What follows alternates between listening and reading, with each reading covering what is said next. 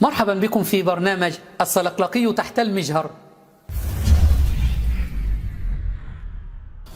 كل يوم يخرج علينا السلقلقي ياسر الخسيس بمسبة جديدة لسيدنا ومولانا علي بن أبي طالب رضي الله عنه.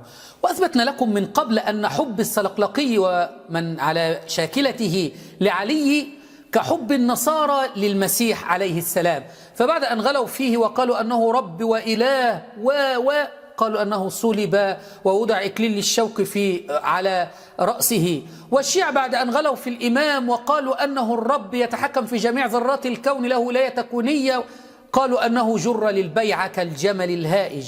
فالمسيح بريء من عقائد النصارى وعلي بريء من عقائد الشيعة. واليوم خرج علينا السلقلقي ياسر الخسيس قائلا أن علي ضربوه أهانوه جروه للبيعة كالجمل عياذا بالله كإخوانه النصارى. وفي هذا الموضع كان يصور النصارى مريم عليه السلام وهي واقفة تنظر إلى الصليب، وما قتلوه وما صلبوه ولكن شبه لهم، تنظر إلى الصليب وهذا كذب، وهي ترى ابنها وهو يصلب.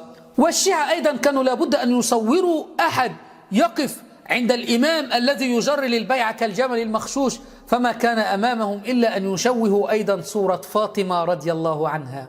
فوقفت فاطمة بين علي وبين القوم وتقول دعوا زوجي لا تضربوا زوجي عياذا بالله.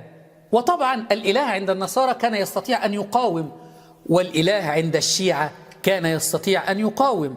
علمتم من أين يأخذ السلقلقي عقائده؟ ألقوا في عنقه حبلا وأخرجوه ملببا بثيابه يجرونه إلى المسجد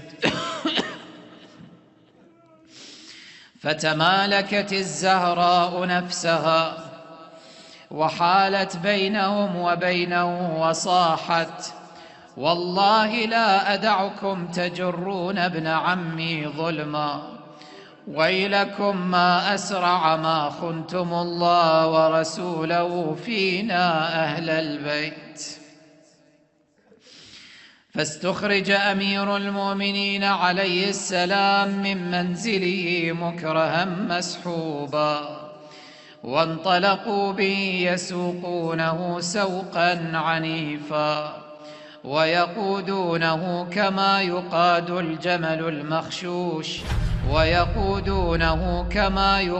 الجمل المخشوش وسط السيوف المشرعة، وهو ساخط القلب هائج الغضب. ناصبي زنديق يقول الإمام كان هائج وقبلها جمل، يعني الإمام كان كالجمل الهائج. بالله عليكم هل يرضى السلقلقي أن أصفه من هنا من هذا البرنامج، برنامج السلقلقي تحت المجهر، أصفه وأقول الحيوان الهائج؟ لا يقبل والله، لكن يقبل ذلك عن علي رضي الله عنه. علمتم من هم النواصب أيها الشيعة؟